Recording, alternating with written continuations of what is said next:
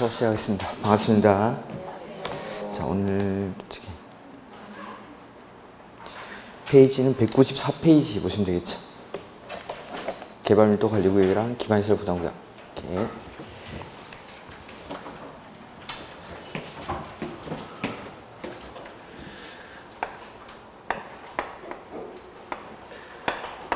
국계법에서 처음에 광역도시계획은 둘 이상의 관할구역에서의 장기적인 발전 방향을 제시하는 계획. 그 다음에 도시, 군 계획은 관할에서 수립하는 계획으로 크게 두 가지로 구분하는데, 첫 번째가 도시, 군 기본 계획, 그리고 두 번째가 도시, 군 관리 계획. 그래서 기본 계획은 관할에서의 장기적인 발전 방향을 제시하는 계획이고, 도시군 관리 계획은 관할에서 추상적인 계획을 구체화시키는 계획. 이렇게. 그래서 구체화되는 내용이 6가지 있었죠. 그게 이제 관리 계획의 내용. 첫 번째가 용도 지역, 지구. 두 번째는 용도 구역을 지정하거나 변경하는 것. 세 번째는 기반시설을 설치, 정비, 개량하는 것. 그 다음에 네 번째는 개발 사업이나 정비 사업에 관한 계획. 그 다음에 다섯 번째가 지구 단위 계획구역의 지정이나 변경, 지구 단위 계획. 여섯 번째는 입지 규제 최소구역의 지정이나 변경, 입지 규제 최소구역 계획. 이러한 것들이 관리 계획으로 구체화되는 내용들. 그다음 이렇게 계획으로 규제를 하고 나면 이제 개발행위를 하는 걸 규제하죠. 그래서 개발행위 허가라고 해서 개인이 국토를 이용하는 행위를 할 때는 허가받고 해야 된다라는 게 개발행위 허가에 관한 부분이죠. 그래서 저번주에 이제 뭐 개발행위 허가의 절차 같은 건 좀 했었고, 그 다음에 오늘 개발밀도 관리구역이랑 기반시설 부담구역 요거부터 보면 되는데, 개발행위로 인해서 페이지가 194.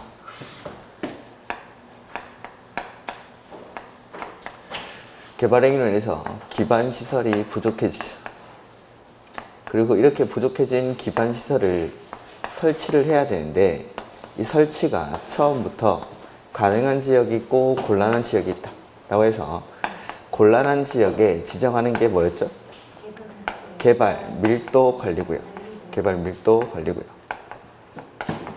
그 다음에 가능한 곳에 지정하는 게 기반시설 부담구역.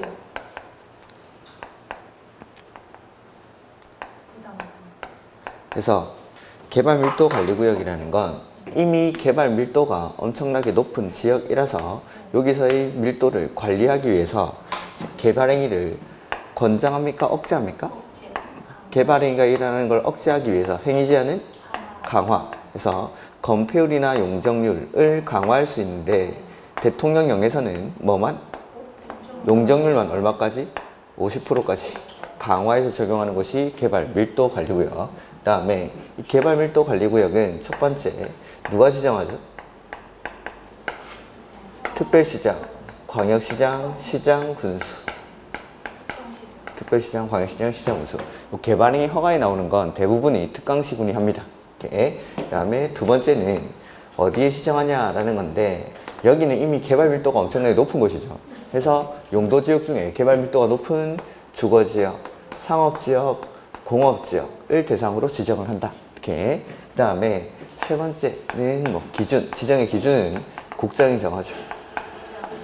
그 다음에 네 번째는 지정하는 절차인데, 이 절차가 심의를 거쳐서 그 다음에 지정을 하고 그 다음에 고시를 해줍니다. 이러한 것들이 개발밀도 관리구역에 관한 내용들이고, 그 다음에 기반시설 부담구역은 기반시설의 설치가 가능한 지역이기 때문에 이렇게 부족한 기반시설들을 부담을 시키는 거죠. 개발행위를 하는 사람에게.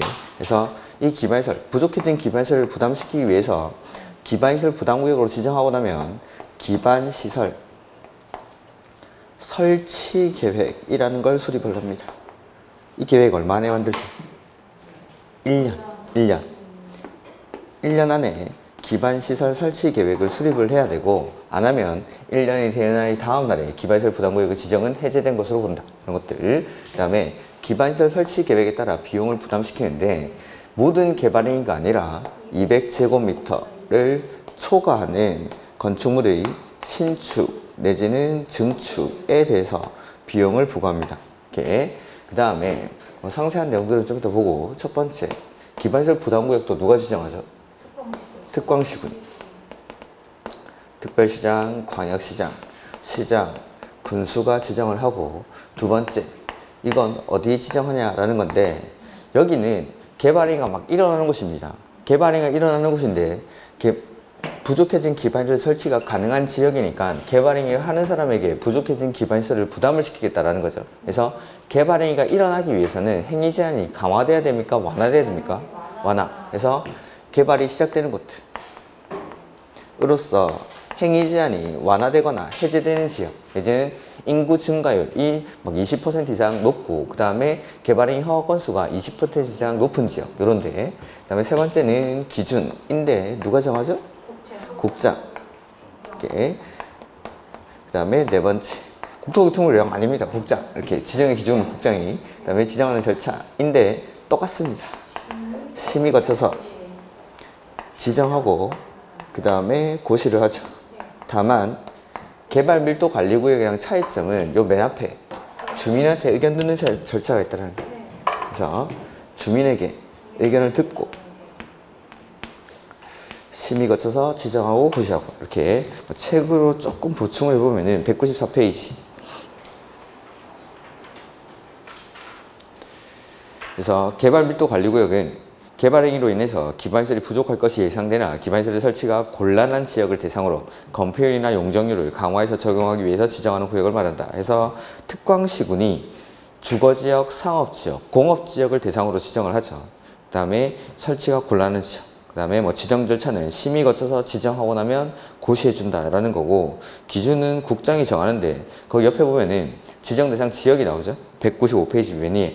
그래서 숫자 나오면 2년 아니면 20%. 그리고 이 개발 밀도 관리 구역은 각종 기반시설들, 도로, 수도, 하수도, 학교 이런 것들이 2년 20% 부족할 것이 예상이 되는데 설치가 곤란한 지역. 해서 보면은 기역에는 도로가 부족한 지역, 니은도 도로, 그 다음에 디귿에 수도 수요량, 그 다음에 리을의 하수 발생량, 그 다음에 미음에는 학교, 이런 것들이 숫자는 2년 20%, 그 다음에 부족할 것이 예상이 되는데 설치가 곤란한 지역, 이런 데다가 지정을 한다라는 거고, 개발 밀도 관리 구역이 지정이 되면 규제를 가하는 거니까 경계선이 분명하게 구분되도록 할 것. 그 다음에 용적률 강화 범위는 일괄적으로 50%라 하는 게 아니라 기반시설 부족 정도를 감안해서 정할 거. 그 다음에 4번에 개발 밀도 관리 구역 안에 기반시설 변화를 주기적으로 검토합니다. 주기적으로. 그 다음에 용적률을 강화 또는 완화하거나 개발 밀도 관리 구역을 해제하는 등 필요한 조치를 하도록 할 것. 그 다음에 특별시장, 광역시장, 시장군수는 개발밀도 관리구역 안에서는 당해 용도지에 적용되는 건폐율, 용적률을 강화해서 적용하는데 그 대통령령으로 정하는 범위가 용적률을 50%까지, 용적률을 50%까지. 그 다음에 기반시설 부담구역은 기반시설 부담구역이란 개발밀도 관리구역 외의 지역, 즉 개발밀도 관리구역이랑 기반시설 부담구역은 중복해서 지정할 수가 없습니다. 중복이 안 되고, 도로, 공원, 녹지 등 대통령령이 정하는 기반시설 설치가 필요한 지역을 대상으로 기반시설을 설치하거나 그에 필요한 용지를 확보하기 위해서 지정고시하는 구역을 말한다. 그래서 기반시설 부담구역 안에 설치가 필요한 기반시설이 7가지 있는데, 다음 페이지 보시면은 도로, 공원, 녹지, 학교, 수도, 하수도, 폐기물 처리 및 재활용시설, 이렇게 7가지. 다만 학교에서 뭐는 제외하죠? 대학교는 제외합니다. 고등교육법에 따른 학교가 그 대학교입니다. 그래서 도로, 공원, 녹지, 학교, 수도, 하수도, 폐기물 처리 및 재활용시설. 다음 중 기반시설 부담구역에서 설치가 필요한 기반시설에 해당하지 않는 것은 해가지고 대학교가 정답으로 2번 나왔고, 녹지나 폐기물 처리 및 재활용시설은 기반시설 부담구역 안에 설치가 필요한 기반시설에 해당한다, 이렇게 한번 나왔고. 오케이. 그 다음에 기반시설 부담구역은 지정을 원칙 특광시군이 하죠. 그래서 특광시군은 다음의 지역에다가 지정을 하여야 한다라고 해서 A에 보면은 행위 제한이 완화되거나 해제되는 지역. 그 다음에 역시 또 이 B에도 행위 제한이 해제가 돼서 변경되거나 해제돼서 행위 제한이 완화되는 지역. 그 다음에 C에 개발행위 허가 건수가 전전년도 개발행위 허가 건수가 전년도 개발행위 건수보다 전년도 개발행위 허가 건수가 전전년도 개발행위 허가 건수보다 20% 이상 증가한 지역. 그 다음에 인구 증가율이 유독 그 지역만 20% 이상 높은 지역, 이런 데다가 지정을 한다라는 거죠. 근데 이런 데가 아니더라도 예외적으로 필요하다고 인정하면 지정할 수가 있다라는 거. 이렇게. 그 다음에 기준은 국장이 정하는데 그 밑에 상세 기준을 보면은 박스 안에 기반시설 부담구역은 기반시설이 적절하게 배치될 수 있도록 최소 얼마 이상이죠? 면적이 10만 제곱미터 이상. 그 다음에 소규모 개발행위가 연접해서 시행될 것으로 예상되는 지역의 경우에는 하나의 단위구역으로 묶어서 지정할 수 있다라는 거고, 이 기반시설 부담구역이 지정이 되면은 역시 돈 내야 됩니다. 그러니까 경계선이 분명하게 구분되도록 할 것. 이렇게. 그 다음에 지정 열차는 심의 거쳐서 지정하는 건 똑같지만 여기서는 주민의 의견을 듣고 심의 거쳐서 지정한다. 이런 것들. 그 다음에 4번에 기반시설 부담구역의 해제인데, 여기 기반시설 부담구역 지정되고 나서 1년 안에 기반시설 설치 계획을 수립하지 아니하면 1년이 되는 날이 다음 날에 기반시설 부담구역의 지정은 해제된 것으로 본다 라는 거. 그 다음에 부담금 부과 대상 건축행위. 모든 개발행위에다 다 기반시설 설치 비용을 부과하는 건 아니죠. 그래서 200제곱미터를 초과하는 신축, 증축에 대해서만. 근데 그 밑에 기존 건축물을 철거하고 신축하는 경우에는 기존 건축물의 연면적을 초과하는 건축행위만, 기존에 있던 부분은 새롭게 기반시설을 유발하는 게 아니니까 초과하는 부분만. 그 다음에 납부 절차는 특별시장, 광역시장, 시장군수는 허가받은 두 번째 줄에 허가받은 날로부터 2개월 안에 기반시설 설치 비용을 부과를 합니다. 부과하는 시기는 허가받은 날로부터 2개월 안에. 그렇게 부과를 받으면 납부하는 시기는 사용 승인 신청일까지 납부를 해야 된다라는 거. 그 다음에 건물벽이라는 건물별이겠죠. 건물별 기반시설 유발 개수. 대부분은 0.7입니다. 0.7. 근데 좀 체크하는 게 1번, 2번에 단독주택이랑 공동주택이 둘 다 0.7입니다. 똑같죠? 공동주택이 더 높은 게 아니라 똑같습니다. 그 다음에 1종 근생은 1.3, 2종 근생은 1.6, 요 네 가지 정도. 그래서 우리 시험이 이제 공인중개사 시험이니까 우리 업무랑 가장 관련된 거, 주택이랑 1종 근생, 2종 근생 이런 것들을 보는 겁니다. 그 다음에 사이사이 들어가는 게 뭐 의료시설이 0.9라는 게 한번 나온 적이 있고, 그 다음에 판매시설은 1종 일반이랑 똑같이 1.3입니다. 거기 7번에. 그 다음에 나머지 대부분은 0.7이니까 0.7이 아닌 것들 위주로 보시고 내가 못 외운 거는 대부분 0.7이다 라고 생각하시면 됩니다. 그리고 가장 높은 게 위락시설이 2.1이고 관광휴게시설이 1.9입니다. 1.9 이런 것들. 그 다음에 공장은 시험에 절대 나올 수가 없습니다. 거기 보면 공장이 2.1이라고 돼 있죠? 아닙니다. 공장은 종류가 한 20몇 가지로 나눠가지고 0.3부터 2.1까지 엄청 다양합니다. 공장의 종류별로. 그러니까 공장이 나오면은 그건 아마 정답이 아닐 겁니다. 그러니까 하나는 제끼면 됩니다. 그래서 그 공장이 무조건 2.1이 아니라 공장의 종류가 한 20몇 가지 되는데 그거마다 0.3부터 2.1까지 다 나눠져 있습니다. 그래서 요거는 뭐 신경 안 쓰셔도 됩니다. 이렇게. 그래서 대부분의 것들이 0.7이다. 그래서 0.7이 아닌 것들 위주로 체크를 하시는 겁니다. 이렇게. 여기까지가 뭐 기반시설 부담구역, 뭐 개발밀도 관리구역 이런 것들이고, 그 다음에 기반시설 등 이렇게 나오죠. 그래서 우리 노트는 앞쪽으로 가야 됩니다. 지금 요건 순서가 제가 설명하는 거랑 좀 달라가지고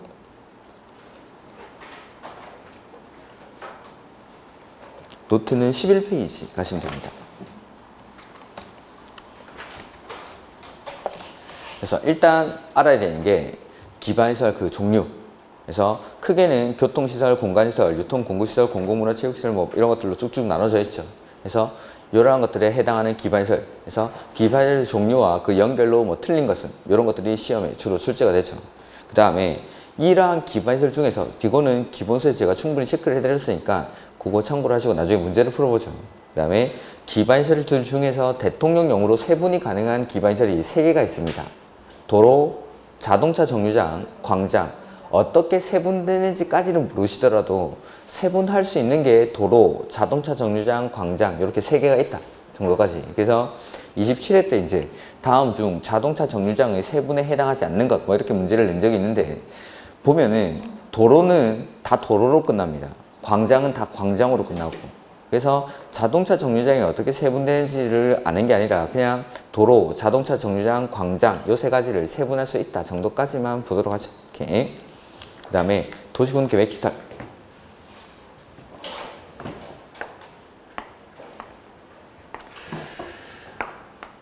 도시군 계획 시설. 설치하거나 관리할 때 어떻게 하냐라는 건데, 도시군 계획시설을 설치할 때는 원칙 어떻게 하죠? 관리계획으로 결정을 해야 됩니다. 그러니까 이게 무슨 말이냐면은, 거기 어떻게 써있지? 거기 199페이지 가로 1번에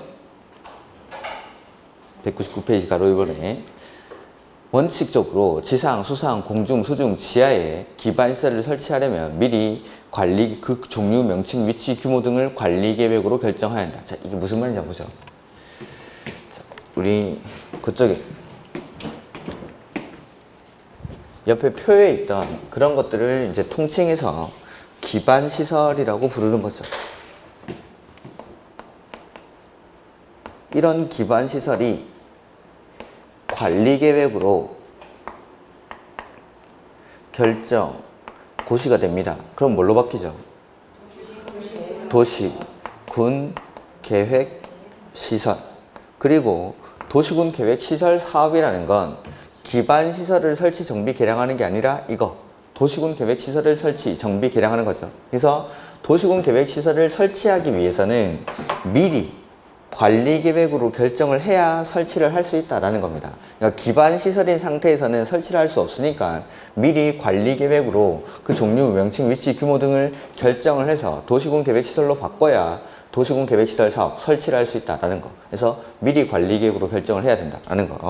그리고 우리 그 도시군 계획시설 사업이나 매수청구권 가면은 관리계획 결정고시로부터 몇 년, 매수청구권 같은 경우에는 관리계획 결정고시로부터 10년이 경과하고 지목이 된 토지, 그 다음에 도시군 관리계획 결정고시로부터 얼마가 지나면 실효가 되죠? 20년. 그 다음에 관리계획 결정고시로부터 단계별 집행계획은 3개월 안에 수립해야 되는데 예외적으로 2년 안에 수립하는 경우가 있고, 결립정고시로부터 2년 안에 사업이 시행되지 않을 때에는 비실이 지어가지고 토지를 활용할 수 있다. 그런 결정고시들이 싹 다 이날을 말하는 겁니다. 이날부터 싹 다 기사라는 겁니다. 그래서 관리계획 결정, 고시돼서 도시군 계획시설로 바뀌고 나서 10년, 20년, 3개월, 2년 이런 것들이 다 나오는 겁니다. 이렇게 요날부터. 이렇게. 그래서 원칙은 미리 관리계획으로 결정을 해둬야 되는데 예외적으로 관리계획으로 결정을 하지 않고 설치할 수 있는 기반시설이 있습니다. 이건 다 거기 보면은 박스 안에 있죠. 그걸 다 외울 수가 없기 때문에 문제는 어떻게 푸는지는 제가 문제 풀면서 말씀드리겠습니다. 그래서 요까지만 딱 기억하시면 됩니다. 원칙은 관리계획으로 결정을 해야 되는데 예외적으로 관리계획 절차를 안 거치는 경우가 있다. 그래서 문제에 보면은 요걸 출제하는 패턴이 있습니다. 이렇게 어떻게 되는지가. 대신에 맨 앞에 도시지역이나 지구단위 계획구역, 그것만 체크해주죠. 도시지역이나 지구단위 계획구역에서 설치하는 그 동그라미 1번 제목에 도시지역이나 지구단위 계획구역에서 설치하는 특정한 기반시설입니다. 그 기반시설들은 너무 많으니까 외울 수는 없고, 도시지역, 지구단위 계획구역에서 뭐뭐뭐뭐 설치할 때에는 관리계획 결정 절차를 거치지 않고 설치할 수 있다라고 기억하시면 됩니다. 그 다음에 세 번째, 도시군 계획시설 설치에 관한 기준은 이게 국토교통부 명으로 정하는 거. 이게 아마 다음 페이지에 나올 겁니다. 그 다음에 네 번째, 보상은 따로 법률로 정합니다. 우리 요약서에는 없는 것 같은데 따로 법률로 정한다. 도시군 계획시설 설치에 따른 보상은 따로 법률로. 그 다음에 관리를 국가가 관리할 때는 대통령령에서, 그 다음에 지자체가 관리할 때는 조례로. 근데 이 대통령령으로 한다라고 했는데 그 대통령령의 내용이 국유재산법에 따른 중앙관서의 장이 관리하도록 되어 있습니다. 이게 도시군 계획시설의 설치 관리. 그 다음에 우리 책에는 바로 밑에 광역시설 아마 나와 있지. 그래서 보면은 광역시설이란 기반시설 중에서 둘 이상의 관할구역에 걸치거나 내지는 이용하는 시설. 뭐가 걸치고 뭐가 이용하고 이런 것들은 참고로 보십시오. 걸치는 시설들은 대부분 좀 긴 겁니다. 도로, 철도, 송유관 이런 거 길다랗게 생긴 거. 그 다음에 이용하는 시설은 쓰레기 매립장이라든지 장사시설, 도축장 이런 것들, 이렇게 많은 사람들이 이용하는 이런 것들을. 그 다음에 이 도시군 계획시설, 광역시설은 기반시설이기 때문에 이 광역시설을 설치, 관리할 때는 원칙 어떻게 할까요? 요렇게 합니다. 요렇게. 도시군 계획시설의 설치 관리에 따라서. 그러니까 광역시설 역시 기반시설이기 때문에 설치나 관리는 도시, 군, 계획, 시설의 설치, 관리에 따라서 설치하고 관리하는 게 원칙. 이렇게 하는 게 원칙인데 지금부터 제가 이쪽에 쓰는 건 이제 예외인 거죠. 둘 이상의 관할 구역에 걸치고 있으니까 예외적으로 첫 번째, 둘 이상이면 어떻게 하죠? 협의해서 협의회를 구성하거나 협약을 체결해서 설치 관리할 수 있다. 다만 협의의 구성이나 협약의 체결이 이루어지지 않을 때 관할이 같으면 누가? 도지사가. 여기서 특이한 건 직접 설치한다는 거. 설치할 자를 지정해 주는 게 아니라 직접 설치합니다. 이게 좀 특이한 점이고, 두 번째, 국가계획으로 설치하는 광역시설은 법인이 설치가 아닙니다. 아닙니다. 괜찮습니다. 뭐 틀릴 수 있죠. 틀리는 게 죄송할 일은 아닙니다. 법인이 설치 관리할 수 있다. 이렇게 이런 것들. 그래서 광역시설에서 국가계획 나오면은 법인. 이렇게 뭐 요게 다죠. 광역시설은. 그 다음에 우리 책에는 아예 뭐 공동구를 써놓지도 않았는데 공동구도 빠뜨리면 안 되겠죠. 그래서 공동구 노트에는 아마 정리가 돼 있으니까 노트를 보시면 됩니다. 그래서 공동구의 설치 관리에 관한 부분인데, 공동구를 설치하는데 의무적으로 이 공동구를 반드시 설치를 해야 되는 곳이 있습니다. 면적은 200만 제곱미터를 초과하는 6군데가 있었죠.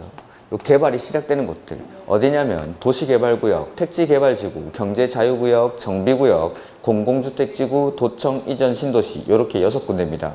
기억이 안 나시는 분은 요약서 기본서를 찾아가지고 좀 적어 놓으십시오. 이렇게 도시개발구역, 택지개발지구, 경제자유구역, 정비구역, 공공주택지구, 도청 이전 신도시. 아마도 기출문제에 보면은 그 해설에 나와 있을 겁니다. 이 6군데가 도시개발구역, 택지개발지구, 경제자유구역, 정비구역, 공공주택지구, 도청 이전 신도시. 그 다음 두 번째, 공동구 설치할 때 들어가는 비용인데 이 비용은 점용 예정자, 공동구를 쓸 사람들, 점용 예정자와 사업 시행자가 부담을 하는 게 원칙.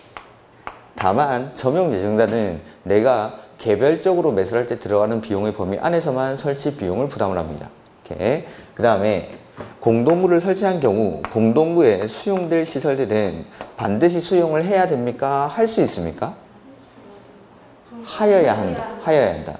기껏 땅 파서 공동구 심어놨는데 나는 전봇대 세울게 하면 안 되죠. 그래서 공동구에 들어가야 될 시설들은 반드시 수용을 해야 되는데 수용 의무. 단 공동구 협의회 심의를 거쳐서 수용할 수 있는 게 하수도랑 가스는 할 수 있다. 할 수 있다. 이렇게. 하수도랑 가스 요 두 가지. 하수도랑 가스 요거는 할 수 있다. 그 다음에 관리. 관리는 공동구 설치한 경우 누가 관리하죠? 특, 광, 시, 군이 관리를 합니다. 다만 효율적인 관리 운영을 위해서는 전문기관에 위탁할 수 있습니다. 공법에서 위탁이 안 되는 게 없습니다. 그냥 다 됩니다. 효율적으로 하기 위해서. 그 다음에 관리할 때 들어가는 비용은 쓰는 사람이 내면 되겠죠. 그래서 점용하는 자. 점용하는 자가 면적을 고려해서 관리 비용을 부담합니다. 관리자가 정해주고. 이렇게. 그 다음에 나는 공동구 설치 비용을 납부하지 않은 사람입니다. 근데 이 공동구를 쓰고 싶은 거죠. 그럴 때는 몰래 씁니까? 허가받고 씁니까? 허가받고. 그 다음에 공동구 안전 및 유지 관리 계획은 몇 년마다? 5년마다. 안전점검은 1년에 1회 이상. 1년에 1회 이상. 그 다음에 뭐 공동구 설치 공사를 완료한 때에는 공동구 설치 위치라든지 설계도면 이런 것들을 개별적으로 통지해 주는 거지 일간신문에 공고하고 그런 건 아닙니다. 이렇게 이런 것들이 뭐 공동구의 설치 관리에 관한 부분이죠. 이렇게 노트에 그대로 나와 있죠. 그 다음에 우리 페이지 옆에 그 201페이지 보면은 도시군 계획 시설 사업이라는 게 나오죠. 도시군 계획 시설 사업. 자 보면은 요거는 좀 정리를 해야겠죠.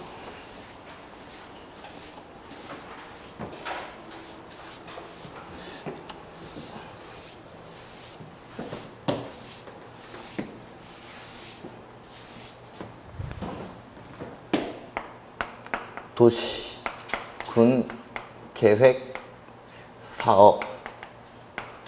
에는 세 가지가 있죠. 시설사업, 그 다음에 개발사업, 그 다음에 정비사업. 이렇게 세 가지 사업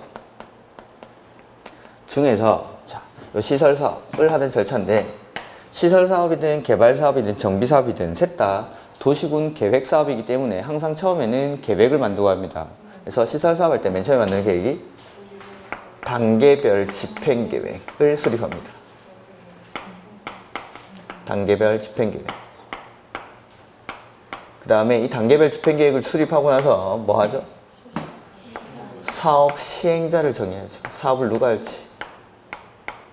시행자를 정하고 나면 이 시행자가 만드는 계획이 실시계획. 이제 실시계획을 만들고, 실시계획은 시행자가 만든 계획이니까 요거 인가받고 고시를 해야 됩니다.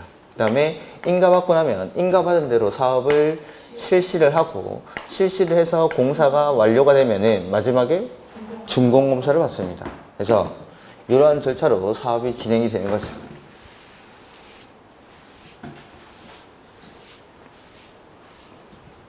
마지막에 준공검사. 자, 단계별 집행계획인데 단계별 집행계획이라는 건 사업을 단계별로 집행하기 위한 먼저 만드는 계획이라서, 이 단계별 집행계획은 수립할 때 1단계, 그 다음에 2단계 이렇게 구분해서 만들죠. 1단계는 얼마 안에?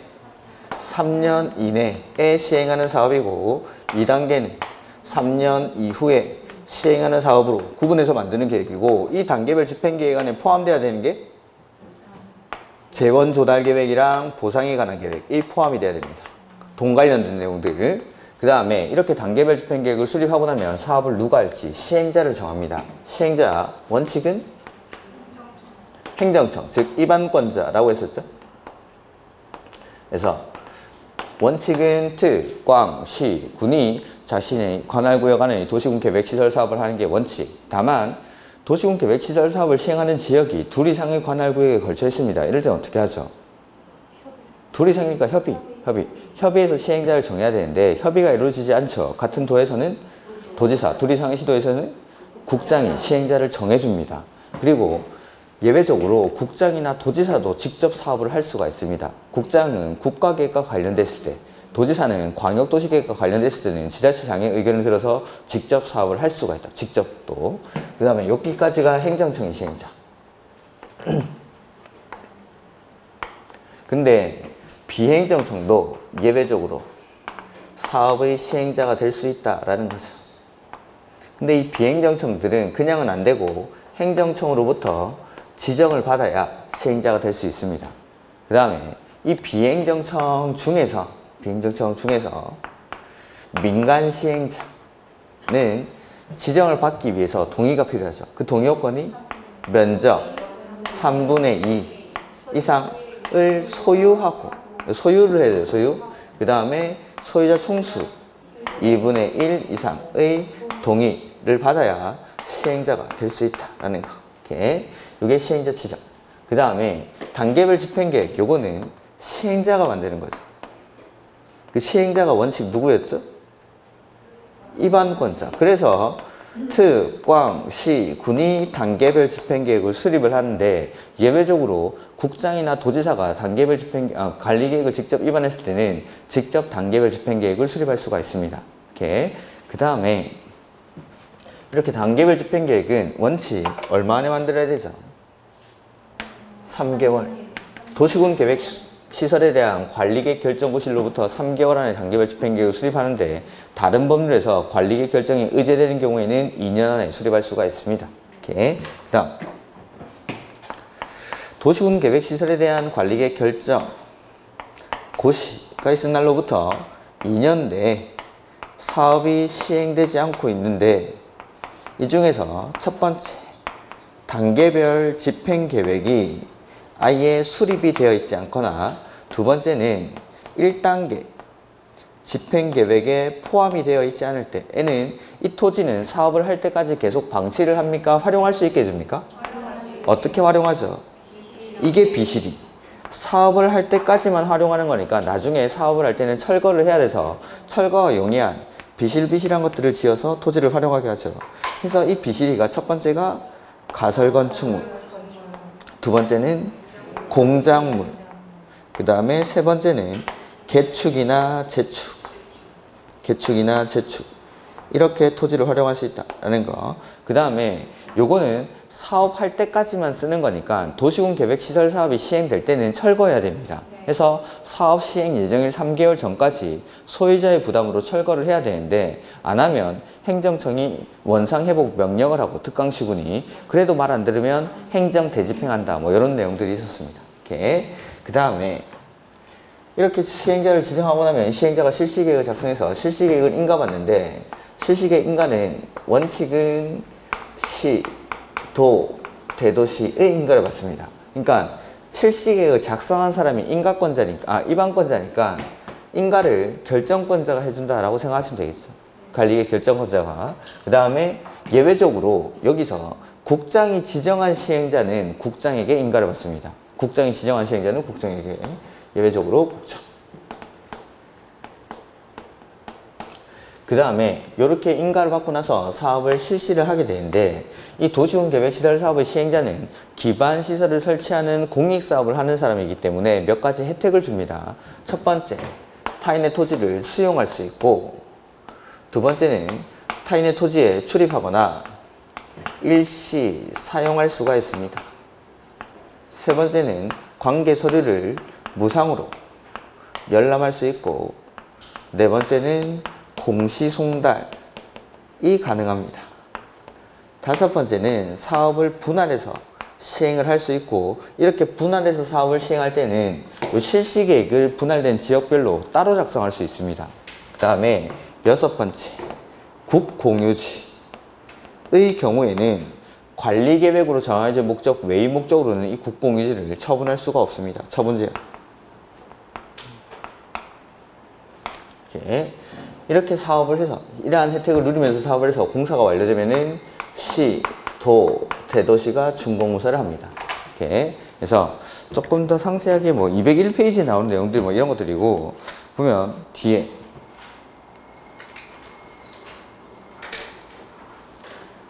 뭐 단계별 집행계획은 뭐 수립 이렇게 돼 있고, 그 다음에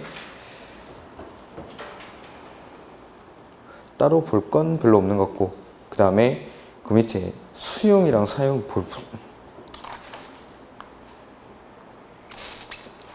수용이랑 사용이 바로 나오는데 그 201페이지에 나오는 내용은 제가 뭐 충분히 다 설명을 드린 것 같고, 그 다음에 202페이지에 수용만 좀 보면은 수용을 할 때는 원칙 무슨 법을 준용하죠? 공시법. 공시법. 근데 공시법 준용 안 하는 특례가 일단 두 가지가 있죠. 사업 인정 고시의 특례, 재결 신청 기간의 특례. 일단은 재결 신청 기간의 특례는 다 똑같죠. 사업 시행 기간 안에, 사업 시행 기간 안에. 그 다음에 사업 인정 고시도 싹 다 사업을 할 수 있을 때라고 했습니다. 실시 앞에 있는 거. 항상 매번 실시 앞에 있는 절차에서 사업 인정 고시가 있는 걸로 봐줍니다. 그래서 실시 앞에 실시계획 고시가 있는데 이때를 사업 인정 고시가 있는 걸로 봐주겠다. 그러면은 정비법에서는 우리가 정비사업을 할 때는 실시계획 대신에 무슨 계획 만들었죠? 사업 시행계획. 정비사업에서는 사업 시행계획. 그래서 정비사업에서의 수용에서는 사업 시행계획 인가 고시가 있는 때를 사업 인정 고시가 있는 걸로 봐줍니다. 그 다음 주택법에서는 착수를 하려면 건축법에서는 건축 허가받고 착수하는데 주택법에서는 뭐 받죠? 사업계획 승인. 그래서 주택법에서의 수용에서는 사업계획 승인인데 이때를 사업인정고시가 있는 걸로 봐줍니다. 이렇게. 그래서 각각 싹 다 사업을 할 수 있을 텐데 개발법만 좀 특이하게 세부 목록을 고시할 때 그때 이렇게 이런 것들. 그래서 보면은 그 202페이지 수용, 뭐 모든 시행자는 수용을 할 수 있다라고 돼 있죠. 그래서 행정청이든 비행정청이든 공공이든 민간이든 다 수용이 가능합니다. 다만 이 민간이 나중에 수용을 할 수 있기 때문에 민간은 시행자로 지정받기 위해서는 면적 3분의 2를 소유를 하고 오라는 거죠. 그러면 나머지 3분의 1을 수용하게 해주겠다. 민간은 다는 수용 안 돼주고 3분의 1을 가지고 오면 3분의 1을 네가 이쪽에서 수용을 할 수 있게 해주겠다라는 뜻입니다. 이렇게. 그래서 민간이 시행자로 지정받기 위해서 면적 3분의 1을 소유해야 된다. 이 동의요건이 한 번 더 나오는 게 똑같이 수용에서 나옵니다. 개발 사업을 수용 방식으로 하기 위해서. 도시개발법에서 민간이 수용 방식으로 도시개발 사업을 할 때에는 이 동의요건이 필요합니다. 면적 3분의 1을 소유하고 소열 성수 2분의 1 한번 보여드릴게요. 노트에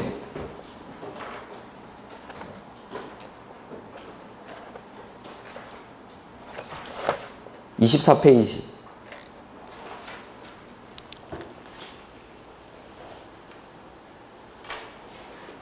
이게 이제 도시개발 사업을 수용 방식으로 하는 거죠. 공공도 할 수 있고 민간도 할 수 있는데 민간은 수용을 하기 위해서 동의요건이 면적 3분의 2 이상을 소유하고 소유자 총수 2분의 1. 딱 두 번 이 소유한다는 동의요건은 딱 두 번 나옵니다. 수용과 관련해서. 그 다음에 옆에 보면 평김에 보면은 여기서도 공시법은 준용하죠. 근데 공시법 준용 안 하는 게 사업 인정은 세부 목록을 고시했을 때, 그 다음에 재결 신청은 사업 시행기간 안에, 사업 시행기간 종료일까지, 그 다음에 사전 현금 보상을 예외로 나오는 게 토지상환채권이라고 해서 밑에 뭐 나와 있죠. 이렇게. 그래서 공시법 나오면 항상, 수용 나오면 항상 공시법을 준용하고 준용 안 하는 특례들, 뭐 이런 것들 따라 나오는 거죠. 이렇게. 그 다음에, 우리 책에 그래서 203페이지 매니에 보면은 수용의 대상이 되는 건 토지뿐만 아니라 토지랑 건물, 물건, 그 다음에 소유권 외의 권리까지도 수용을 할 수 있습니다. 그 다음에 여기, 자, 이쪽에다가 도로를 이렇게 설치하기로 했습니다. 근데 내가 토지를 이렇게 가지고 있는 거죠. 이럴 때 이 노란색 부분에 속하는 이 부분을 당해 토지라고 부릅니다. 내지는 도시군계획시설 부지라고 부르고, 여기 바깥에 있는 부분을 인접지 내지는 인접토지라고 부르죠. 자, 당해 토지는 수용도 할 수 있고 사용도 할 수 있는데 인접지는 수용할 수가 없습니다. 수용을 할 필요가 없는 겁니다. 여기는 도로 부지가 아니기 때문에 내가 굳이 소유권까지 확보할 필요는 없는 거죠. 다만 공사장 옆에 있으니까 잠깐 공사장의 통로라든지 재료적 시장 이런 것들로 사용은 할 수 있지만 수용은 할 필요가 없다라는 거. 그 다음에 사용의 대상이 되는 것도 토지, 건물, 물건, 권리를 사용할 수 있습니다. 그래서 당해 토지는 수용이 되지만 인접한 토지 이런 것들은 수용할 수 없고 사용만 할 수 있다. 이렇게. 그 다음에 뭐 공시법 준용하는데 그런 게 나오고, 수용 그 2번 이런 건 보지 마십시오. 뭐 자녀지 수용 청구 뭐 이런 것들은 됐습니다. 그 다음에 도시군 계획시설 부지에서의 매수 청구라는 게 나오죠. 그래서 이게 지금 우리 책에 내용이 너무 없어가지고 뭐 요 정도로 설명을 드리는데, 좀 상세한 내용들은 나중에 빠져있는 지문들은 문제 풀다 보면 나올 테니까 거기서 제가 몇 가지 더 설명을 드리겠습니다. 그래서 이런 것들이 도시군 계획시설 사업. 그 다음에 도시군 계획시설로 결정이 되고 나서 뭐 근데 노트에 있는 것들은 좀 해보면은 출입은 노트에 정리가 돼 있죠. 그거. 그래서 출입이랑 일시 사용으로 나눠 가지고 출입할 때는 며칠 전까지, 7일 전까지, 사용할 때는 3일 전까지 소유자, 점유자, 관리인에게 알려줘야 되죠. 그 다음에 출입할 때는 행정청이랑 비행정청으로 나눠 가지고, 행정청은 그냥 가는데 비행정청은 뭐 받아야 되죠? 허가. 그 다음 타인의 토지에 출입하거나 일시 사용할 때는 원칙적으로 행정청이든 비행정청이든 동의를 받아야 됩니다. 동의를. 둘 다.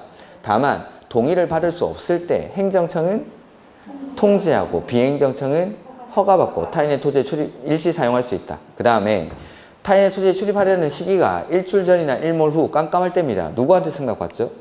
점유자의 승낙 없이는 타인의 토지에 출입할 수 없다. 그 다음에 타인 토지 출입하는 행위로 인해서 손실이 발생했을 때 얘는 행위자가 보상합니까? 시킨 사람이 합니까? 행위자가 직접 보상하는 게 아니라 그 행위자가 속한 행정청이나 사업의 시행자가 보상한다. 뭐 이런 것들 아마 뒤에는 나와 있을 겁니다. 이거 우리 책에도. 그 다음에 그 203페이지 바로 밑에 이번에 매수 청구가 나오죠. 자, 요거 정리해보죠. 도시군 계획시설로 결정을 하고 나서 이걸 설치를 하면은 지금처럼 이렇게 설치를 하는 겁니다. 도시군 계획시설 사업을 하는 절차대로. 근데 도시군 계획시설에 대한 관리계 결정, 고시가 있고 나서 설치를 안 하고 이걸 무단 방치를 하는 거죠. 거기에 대한 권리 구제 수단이 3개가 나오는데 그 중에 첫 번째가 지금 보시는 매수 청구입니다. 매수 청구. 그래서 보면은 매수 청구권은 일단 관리계 결정 구실로부터 얼마 경과해야 되죠? 10년이 경과하고 지목이 뭐인 토지입니까?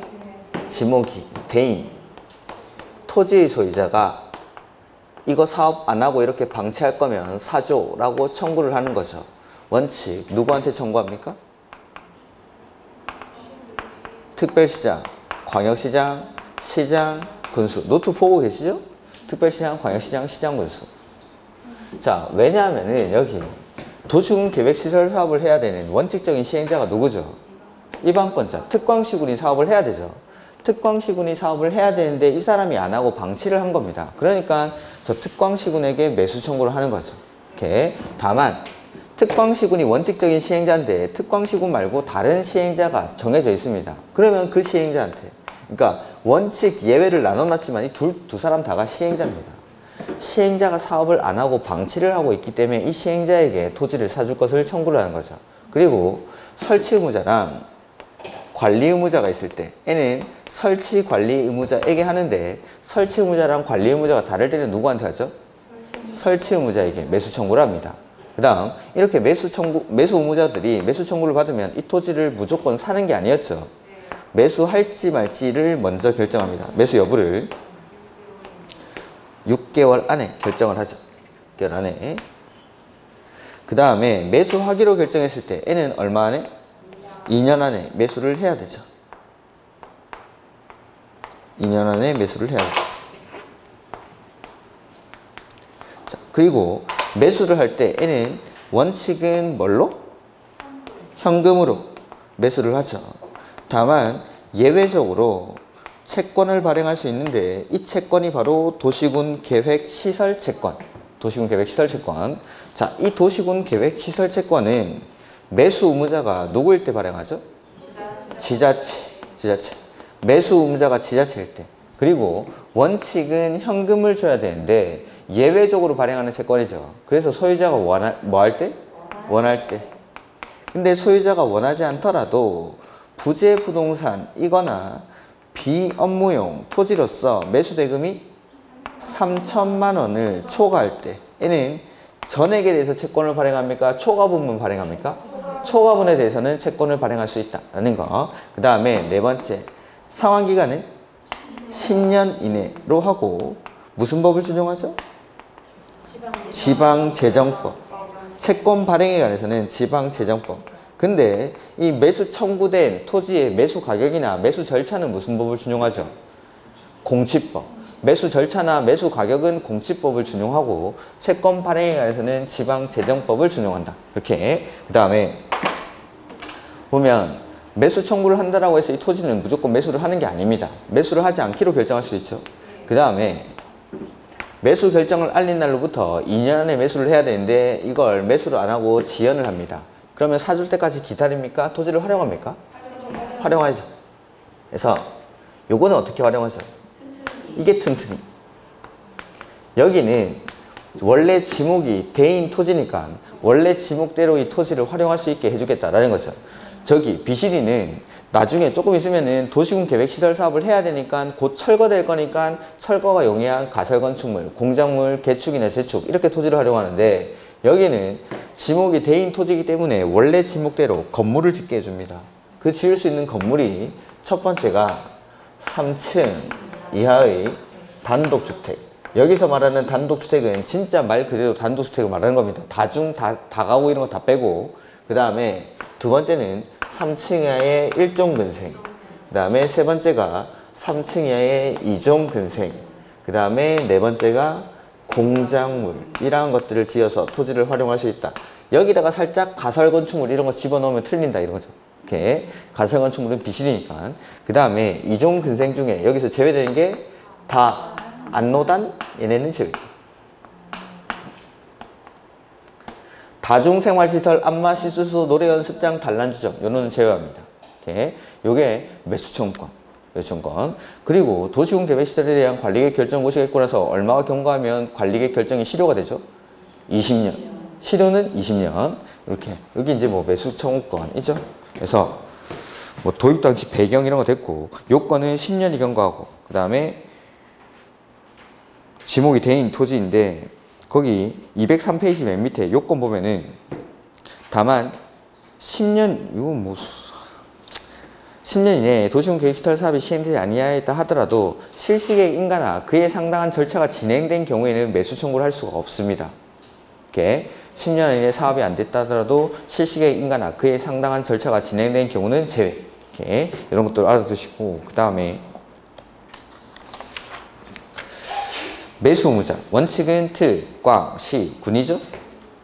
다만 다른 시행자가 정해져 있을 때는 그 시행자한테, 그 다음에 설치 의무자랑 관리 의무자가 있을 때는 설치 관리 의무자한테 하는데, 다를 때는 설치 의무자에게.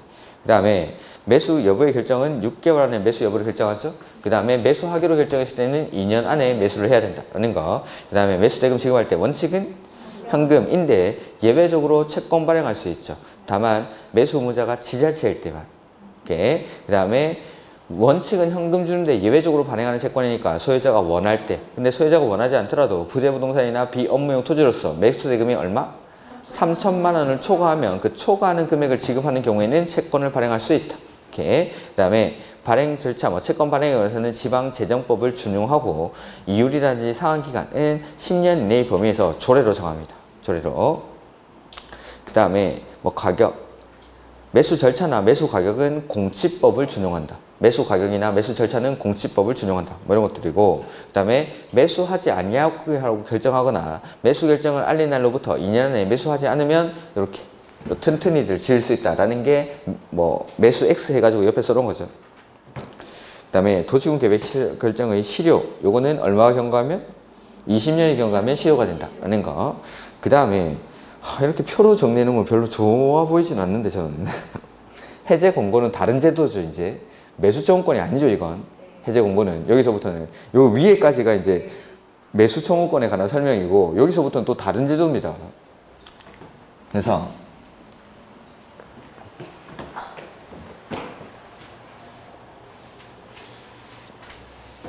매수 청구권은 10년이 경과해야 되고 지목이 대인 토지 소유자만 권리 구제를 받을 수가 있었죠. 그래서 매수 청구권에서 권리 구제를 받지 못하는 사람들을 구제하기 위해서 다른 제도를 또 만들어냅니다. 그래서 두 번째가 지방의회의 해제 권고라는 제도입니다. 해제 권고.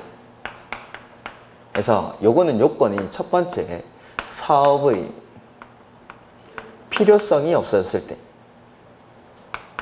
사업 필요성이 없어졌을 때. 두 번째는 10년이 경과했을 때. 이 요건들은 또는입니다. 그러니까 사업의 필요성이 없어졌거나 10년이 경과했을 때. 사업의 필요성이 없어졌다는 건 10년이 굳이 경과할 필요는 없습니다. 그 다음에 10년이 경과했다는 건 지목이 대일 것을 요건으로 하지 않죠. 이런 토지가 있을 때는 먼저 지자체 장이 지방의회에다가 보고를 해줍니다. 우리 관할 안에 이런 토지가 있다라고. 이렇게 보고를 받은 지방의회는 다시 지자체장에게 해제를 권고하는 거죠. 그래서 먼저 지자체장이 의회에다가 보고를 해주고, 이 보고를 받은 지방의회는 다시 지자체장에게 해제를 권고하는 서면을 보냅니다.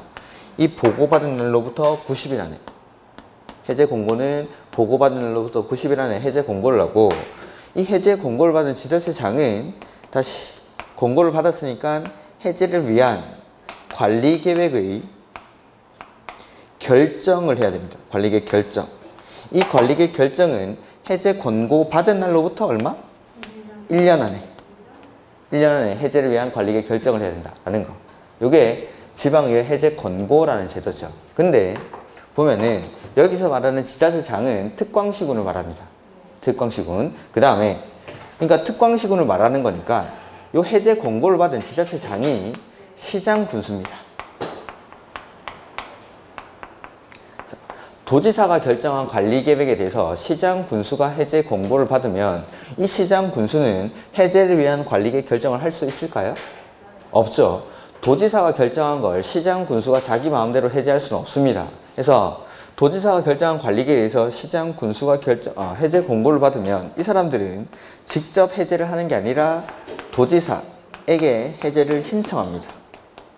그리고 이 신청을 받은 도지사는 역시 1년 안에 해제를 위한 관리계획 결정을 해야 된다. 요게 두 번째 해제 권고라는 제도죠. 거기 밑에서 두 번째 칸 지방의회 해가지고 보면은 미집행 사업의 지방의회 보고해서 특별시장, 광역시장, 시장 군수는 도시군 계획시설 결정이 고시된 도시군 계획시설을 설치할 필요성이 없어진 경우, 요게 첫 번째 사유죠. 네. 두 번째는 그 고시로부터 10년이 지날 때까지 해당 시설을 설치에 관한 사업이 시행되지 아니한 경우, 이게 두 번째 경우. 에는 그 현황과 단계별 집행계획을 지방의회에 보고해야 해요. 근데 두 번째 주 가려내 보면은 국장이 결정 고시해서 이거는 이렇게 끝나면 안 되고 국장이 직접 결정해서 그 다음에 중앙행정기관의 장이 직접 설치하기로 한 시설은 제외합니다. 그냥 국장이 결정한 게 아니라 국장이 결정을 하고 관계 중앙행정기관의 장이 직접 설치하기로 한 시설은 제외라고 하셔야 됩니다. 이렇게. 그 다음에 두 번째 보면은 해제 공고. 자, 보고를 받았죠, 지방의회가? 네. 그러면 다시 지자체장에게, 특광시군에게 그 해제를 공고 할 수 있음 해서 가로 안에 보면 보고가 접수된 날로부터 90일 안에. 이 책 너무 어려웠습니다. 저는 3번 해제 결정의 신청인데 도시군 계획시설 결정의 해제를 공고받은 특별시장, 광역시장, 특별자치시장, 특별자치도지사, 시장 군수는 특별한 사유가 없으면 1년 안에 그 도시군 계획시설 결정의 해제를 위한 관리계획을 결정하거나 도지사에게 신청. 그러니까 특별시장, 광역시장, 특별자치시장, 특별자치도지사까지는 자기가 직접 해제를 위한 관리계획 결정을 하면 되겠죠. 근데 시장 군수는 직접 결정할 수 없으니까 도지사에게 해제를 신청하겠다라는 거. 이렇게. 그리고 신청을 받은 도지사나 이 사람들은 1년 안에 해제를 위한 관리계획 결정을 해야 된다는 거. 요게 두 번째 지방의 해제 경고라는 거고, 마지막에 또 마지막 칸에 있는 거. 요건 또 다른 제도죠. 요거는 이제 두 번째 칸의 해제 공고라는 제도랑은 건 또 다른 제도. 토지 소유자가 해제를 신청하는 제도입니다.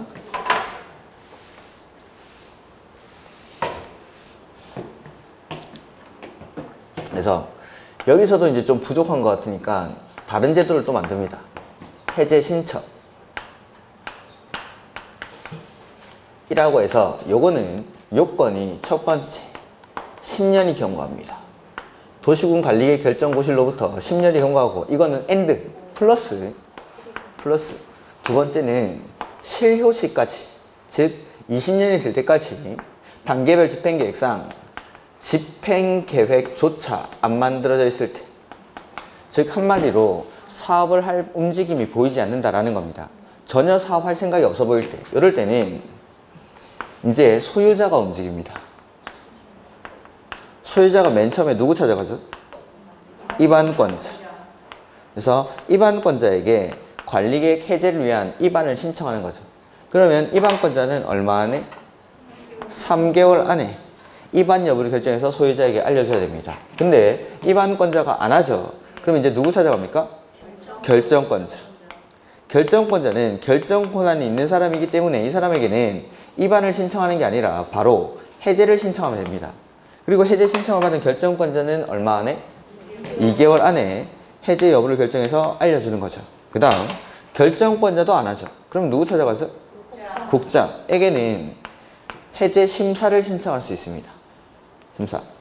그리고 심사를 신청받은 국장은 직접 해제하는 게 아니라 중앙도시계획위원회 심의를 거쳐서 심사를 해서 결정권자에게 해제를 권고할 수 있고, 이 권고를 받은 결정권자는 해제를 하여야 한다라는 거. 이게 마지막 해제 신청이라는 제도입니다. 그래서 맨 마지막 칸에 있는 건 또 다른 제도. 해서 보면은 도시군 계획시설 결정 고시로부터 10년 이내 그 도시군 계획시설의 설치에 관한 도시군 계획시설 사업이 시행되지 아니한 경우로서, 이게 첫 번째고, 단계별 집행계획상 해당 도시군 계획시설의 실효시까지 집행계획이 없는 경우, 이렇게 요 세 줄을 요약하면 한마디로 사업을 할 생각이 없다 이 말이죠. 이럴 때에는 도시군 계획시설 부지로 되어 있는 토지 소유자가 이제 하는 거죠. 토지 소유자가 대통령령으로 정하는 바에 따라 해당 도시군 계획시설의 관리계획의 입안권자에게 해제를 위한 관리계획 입안을 신청할 수 있다. 그 다음에 입안 신청을 받은 입안권자는 얼마 안에? 동그라미 2번에 3개월 안에 입안 여부를 결정해서 소유자에게 알려줘야 되죠. 그 다음에 3번에 입안권자가 안 하면 이제 누구 찾아가죠? 결정권자에게는 해제를 신청합니다. 자, 해제 신청을 받은 결정권자는 동그라미 4번에 얼마 안에? 2개월 안에 해제 여부를 결정해서 소유자에게 알려줍니다. 그 다음에 해제 신청을 한 토지 소유자는 해당 도시군 계획시설 결정이 해제되지 아니하는 등 대통령령으로 정하는 사항, 그런 것들은 그냥 참고로 보십시오. 일단은 이제 국장에게 해제 심사를 신청할 수 있다. 5번의 맨 마지막 줄, 해제 심사를 신청할 수 있다. 그러면은 국장은 심사를 할 때는 중앙도시계획위원회 심의를 거쳐서 도시군 계획시설에 대한 관리계획 결정의 결정권자에게 자기가 직접 해제하는 게 아니라 권고를 하는 거죠. 그리고 권고를 받은 결정권자는 해제를 해야겠죠. 그 다음에 이렇게 뭐 입안권자가 입안을 한다, 결정권자가 결정한다, 이런 것들은 자, 입안권자가 3개월 안에 소유자에게 입안하겠다라고 알려줬죠. 입안 결정을 아닌 날로부터 6개월 안에 관리계획 결정을 해야 됩니다. 그 다음에 결정권자가 2개월 안에 해제하겠다라고 알려줬으면은 해제 결정을 알린 날로부터 6개월 안에 이러한 관리계획 결정이 이루어져야 됩니다. 이렇게. 그 다음에 국장이 결정권자에게 해제 권고를 한 날로부터, 해제 권고를 받은 날로부터 6개월 안에 이러한 해제를 위한 관리계획 결정이 이루어져야 된다라는 것까지 뭐 이런 거 6개월짜리도 있긴 있는데 여기는 안 나와 있으니까. 그 다음에 실시계획 시료가 있는데 요거는 좀 한번 해보죠. 중간에 끊으면 좀 그러니까. 우리 아까 도시군 계획 시설 사업을 할 때 시행자가 정해지고 나면은 실시계획을 작성했죠. 자, 제 노트에 보면은 12페이지에 12페이지 맨 아래쪽에 보면은 중간에 수직선이 하나 있습니다. 중간쯤에 그거를 그대로 그릴 겁니다. 자, 실시계획이 시료가 되는 건데, 자, 여기 도시군 관리계획 이 결정이 됩니다. 1호부터 10년이 경과하는 거죠. 그때서야 드디어 실시계획을 작성하거나 인가받은 사람, 이런 사람을 뭐라 부르냐면 장기 미집행 도시군 계획 시설 사업의 시행자 이렇게 부릅니다. 이 사람은 실시계획을 너무 늦게 만들었죠. 관리계획 결정되고 나서 10년이 지나고 나서야 드디어 실시계획을 작성하거나 인가받았으니까 이 사람은 사업을 빨리 해야 됩니다. 그래서 이때를 실시계획이 고시된 시점이라고 해보죠. 이 고시된 시점으로부터 요선은 5년이 되는 지점입니다. 실시계획 고실로부터 5년이 되는 지점. 그 다음에 요선은 실시계획 고실로부터 7년이 되는 지점입니다. 이렇게. 자, 요 5년이 되기 전에 장기 미집행 도시군 계획 시설 사업의 시행자가 할 수 있는 일은 두 가지가 있습니다. 첫 번째는 재결 신청을 해야 됩니다. 근데 5년이 되는 날까지 재결 신청을 하지 않았죠. 그러면은 5년이 되는 날의 다음 날에 실시계획이 시료가 된다라는 거죠. 5년이 되는 날의 다음 날에 실시계획이 시료. 근데 5년이 되기 전에 아직 재결 신청은 하지 않았는데 이 사람이 뭘 하냐면 면적 3분의 2 이상에 대한 소유권이나 권한을 확보를 했습니다. 그러면 한 번 기회를 더 주는 거죠. 7년이 되는 날까지 재결 신청을 하지 않으면 역시 이때 7년이 되는 날의 다음 날에 실시계획이 시료가 됩니다. 그래서 실시계획이 시료가 되는 시점은 5년이 되는 날의 다음 날이나 7년이 되는 날의 다음 날. 다만 이 사람이 재결 신청은 하지 않았는데 도시군 계획시설 부지에 대한 모든 소유권, 토지, 건물, 물건에 대한 소유권이나 권한을 확보했을 때는 실시계획의 효력을 유지합니다. 그게 이 그림이죠, 이 그림. 제가 이 그림을 그려놓고 어찌나 감동을 했던지 이거보다 더 작은 그릴 수는 없다. 그러면서 제가 이거 깔고 누워 잤는데 제가 이걸 10번, 20번 더 걸어봤습니다. 어떻게 하면 더 좋을까 이렇게. 제가 이거보다 더 잘 그릴 수 없을 것 같은데. 수직선 아티스트라고요. 그래서 이걸 보면은 205페이지. 제가 이거 그려놓고 제가 몇 번을 봤습니다. 너무 좋아서 벽에 붙여놨는데. 실시계획 시료 보면은 1번에 도시군 계획시설 결정의 고실로부터 10년 이후에 실시계획을 작성하거나 인가받은 사람, 이 사람을 장기 미집행 도시군 계획시설 사업의 시행자라고 부르죠. 그래서 도시군계획시설사업의 시행자가 실시계획 고시로부터 5년 이내에 재결 신청을 하지 아니하는 경우에는 강조도 하나 내리고 네 번째 줄 하나 둘 셋 네 번째 줄 보기 힘들겠지만 보십시오. 실시계획 고시로부터 5년이 지난 날이 다음 날에 실시계획은 효력을 잃음. 이렇게 이제 5년 안에 일단은 첫 번째 재결 신청을 해야 되죠. 근데 다만 장기密집행 도시군 계획시설 사업의 시행자가 재결 신청을 하지 아니하고 실시계획 고시로부터 5년이 지나기 전에 면적 3분의 2 이상에 대한 소유하거나 사용할 수 있는 권한을 확보했죠. 이럴 때는 7년 이내 재결 신청을 하지 아니하는 경우에는 7년이 되는 날이 다음 날에 실시계획은 효력을 잃는다라는 거. 이건 이제 실시계획이 실효되는 거죠. 실시계획이. 근데 이번에 장기密집행 도시군 계획시설 사업의 시행자가 재결 신청 없이 도시군 계획시설 사업에 필요한 모든 토지, 건축물 내지는 물건을 소유하거나 권한을 확보한 경우에는 거기 실시계획은 효력을 유지함. 이렇게. 그리고 동그라미 3번 이건 뭐냐면 자 실시계획이 실효가 되는 시점은 요때죠. 5년이 되는 날이 다음 날, 7년이 되는 날이 다음 날에 실시계획이 없어집니다. 그러면은 이렇게 실시계획이 실효가 될 때 관리계획은 어떻게 할 거냐라는 겁니다.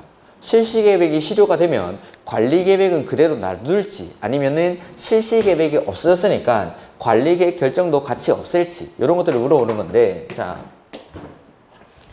요건 관리계획 결정 고시로부터 원래 관리계획 결정은 얼마가 지나면 실효가 되죠? 그래서 20년을 기준으로 합니다. 해서 관리계획 결정 고시로부터 요때가 20년이 되는 시점이라고 해보죠. 근데 20년이 되기 전에 실시계획이 실효가 됐습니다. 그러면은 일단은 20년까지 기다려줍니다. 그럼에도 불구하고 다른 사업이 시행되지 않으면 20년이 되는 날이 다음 날에 관리계획이 없어집니다. 관리계획이. 요게 거기 기읍. 그래서 도시군 계획시설 결정 고시로부터 20년이 되기 전이라고 돼 있죠? 되기 전에 실시계획이 효력을 잃었을 때에는 20년이 되는 날이 다음 날에 관리계획이 없어진다. 근데 니은은 뭐냐면 요거 관리계획 결정 고시로부터 20년이 경과한 이후에 요때가 20년인 거죠. 20년이 경과한 이후에 실시계획이 실효되거나 효력을 상실했죠. 그러면은 원래 없어져야 되는 관리계획인데 실시계획이 아직 효력을 유지하다 보니까 살려둔 겁니다. 그러니까 실시계획이 실효가 될 때 같이 관리계획이 소멸합니다. 그래서 이게 니은. 그래서 도시군 관리계획 결정 고시 1부터 20년이 된 날 다음 날 이후에 실시계획이 폐지되거나 효력을 잃었을 때는 실시계획이 폐지되는 날이 5년이 되는 날이 다음 날, 7년이 되는 날이 다음 날이죠. 그날 같이 관리계획을 없애겠다는 거. 제가 빨간색 요거는 안 그려놨죠. 이걸 그릴 능력은 제가 안 돼가지고 혹시나 그릴 줄 아는 분 계시면 근데 이게 색깔을 달리 해야 되는데 이건 색깔을 달리 할 수 없어가지고 이렇게 개인적으로 그려 놓으시면 되겠습니다. 이렇게 여기까지. 이게 이제 실시계획의 실효. 그 다음에 뭐 뒤에 보면 타인 토지 출입은 아까 했죠. 타인 토지 출입은 했고 뭐 청문 사유 이런 것들은 시험에 간혹 출제가 됩니다. 그래서 뭔가 권한을 줬다가 뺏기 전에 한번 물어보는 겁니다. 할 말 있으면 해보라고. 그래서 개발행위 허가의 취소, 실시계획 인가의 취소, 그 다음에 시행자 지정의 취소 이럴 때 청문 사유. 이렇게. 그 다음에 벌칙은 3년에 3천짜리 2가지만. 그래서 개발행위 허가사항을 위반했을 때, 그 다음에 시가와 조정구역 안에서 허가받고 해야 되는 행위가 있습니다. 그 허가를 안 받았을 때에는 벌칙이 3년에 3천. 국계법은 여기까지 하죠. 여기까지. 그다음에 좀 쉬었다가 개발법 보도록 하겠습니다.